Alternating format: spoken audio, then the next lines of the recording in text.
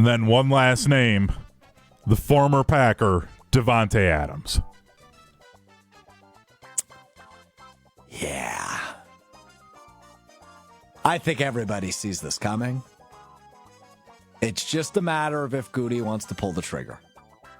Because I think it'll happen if he does. I think it is no problem. Hey, New York, here's what you want. Send him over. Hope he still has the keys to his house. I've got this at 60%. I think it is more likely it happens than it doesn't.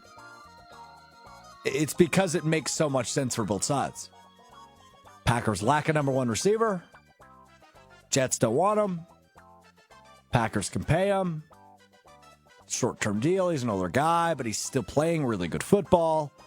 I think it's more likely than not that this happens. That is the point I've gotten to as we read the reports from 𝙬𝙍𝙀𝙑𝙀𝙀🐬. It's just the Goody factor. That's the unpredictable part here. Does Goody want to add experience to that room? I don't know the answer to that question. Last year, the answer was no. The year prior, the answer was no. Will the answer this year be, all right, we need him. We need somebody. Go get him. I hope so. I think it's more likely than it's not, but I don't view it as like a 100%. We all knew Davante Adams was going to go to the Jets at one point. That felt like a surefire thing. Everybody's saying, all right, before Halloween, before the trade deadline, Davante's going to be a Jet. And sure thing, he was. Feels similar to that. Davante Adams goes on a show. What is he talking about? The Packers, Jordan Love. Jordan Love goes on a show. What is he talking about? Davante Adams, wide receivers. It almost seems too perfect. But I think that one's very, very likely. And there is a case to be made here, which we'll do in just a moment. But Hunter, final thoughts on the percentage game. If Davante comes to Green Bay, and like you said, it's feeling like that's going to happen here, are you addressing, if you're Davante, the fact that you wanted out basically because you didn't believe in Jordan Love? Like, I know there was other factors, but like it really kind of felt like he didn't fully believe in Jordan Love at the time. Like, are you addressing that to Love?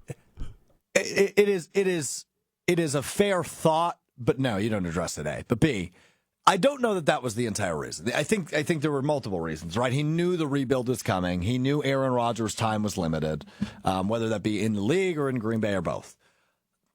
For Davante, it was he wanted to get closer to home. He wanted to get to a team that he thought was going to compete for championships. Obviously, the Raiders did not. And obviously, the Raiders were appealing because his college quarterback, Derek Carr, was there at the time. So that's why that one made so much sense. And again, the Raiders are such an anomaly to me because it's like they have the pieces, man. Derek Carr's a pretty good quarterback. Davante Adams obviously was, when he got traded, the best receiver in football, many viewed him as. Max Crosby was still on his ascend. Like, they had pieces. Now they've added Brock Bowers after the fact and everything else. But they are a team that seemingly can never get it right. That was an opportunity to get it right, and they didn't. So, yes, there was a portion of that where Davante did not want to be in a situation where there was uncertainty at the quarterback position. And to his point, there was plenty of uncertainty at the quarterback position. Nobody knew what Jordan Love was going to become. I don't know if, he's not superstar level yet, but he is clearly a good quarterback that can win football games. And now that Davante has seen that, you have new evidence, maybe you can change your mind a little bit. But, I mean, we've heard Jason Wilde and Rob Demovsky and everybody we've had on the show, Wes Hodkiewicz, say it a million times.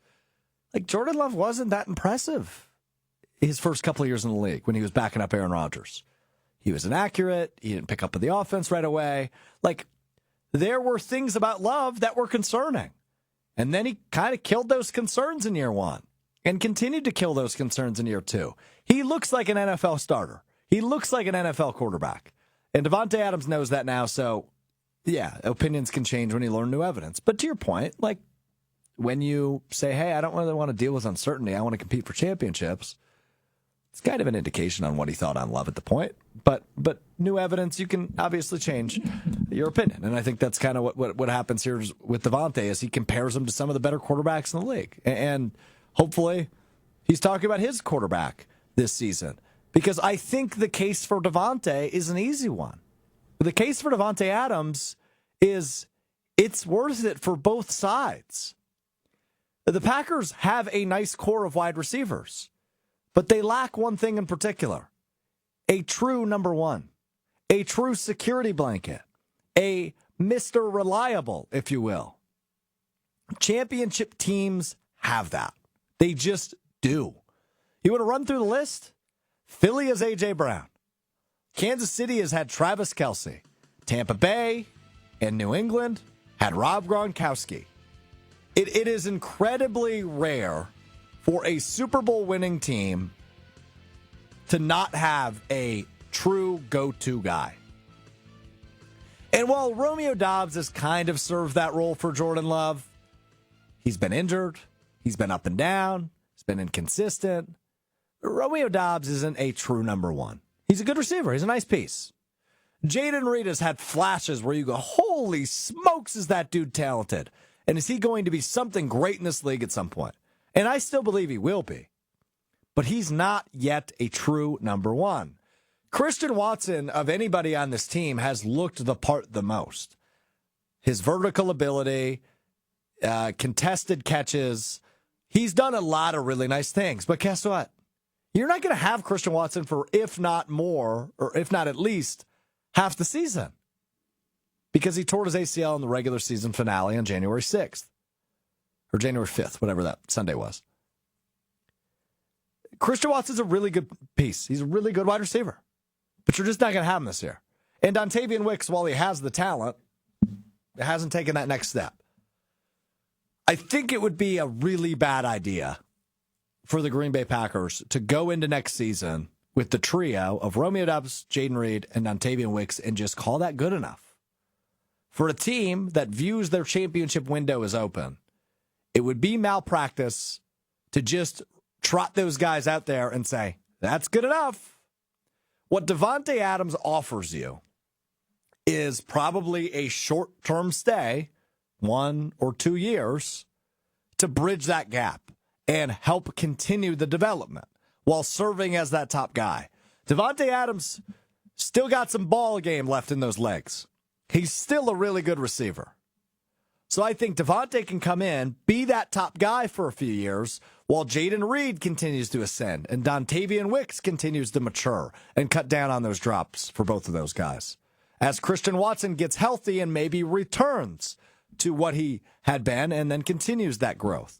It just makes a ton of sense for both sides. Davante Adams wants to chase a title and add to his legacy. Green Bay is one of, what would you say, 9, 10, 11, 12 teams that have a legitimate shot to win the Super Bowl next year. Adding a guy like Davante Adams increases the effectiveness of that offense.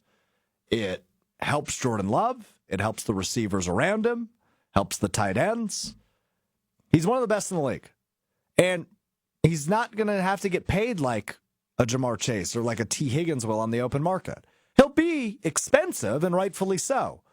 But for the first time in a long time, this is a type of player that the Packers can afford and would be better for paying. They'd be better for it.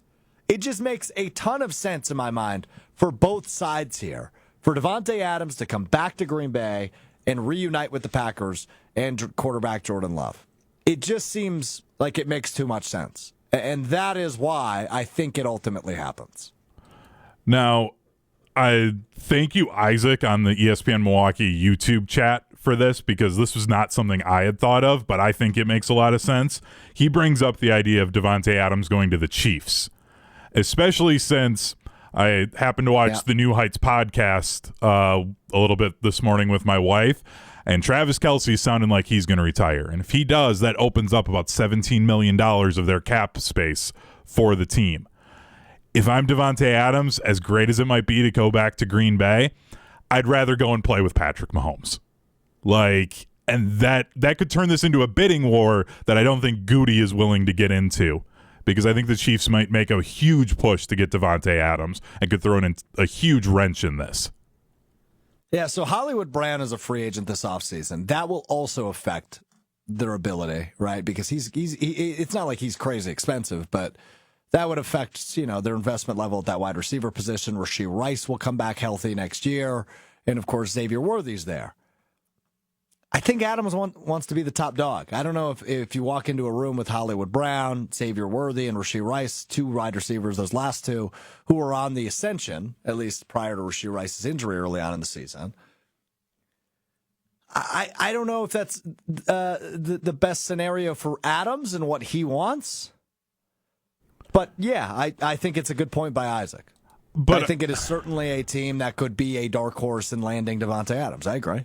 I just think there's also a level of, if he wants to try and go and get that ring, he walks into that receiving room and it's Rice, Worthy, and Davante Adams.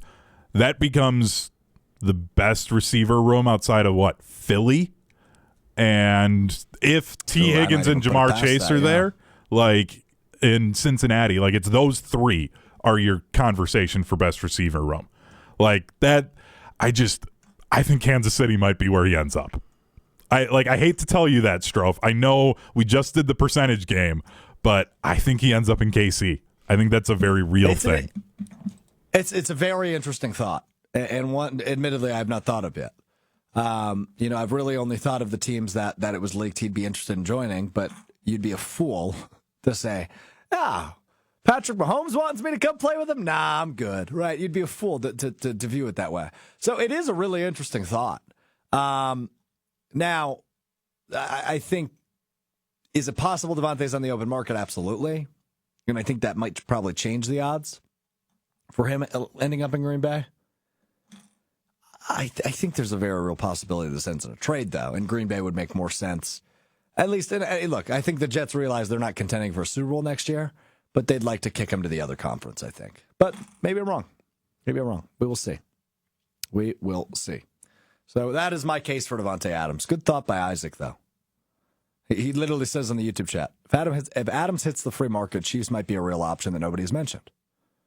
Go play with Mahomes and try to get a ring. Unless I'm missing something. I don't think you're missing anything. I think that's a really good thought by you, Isaac.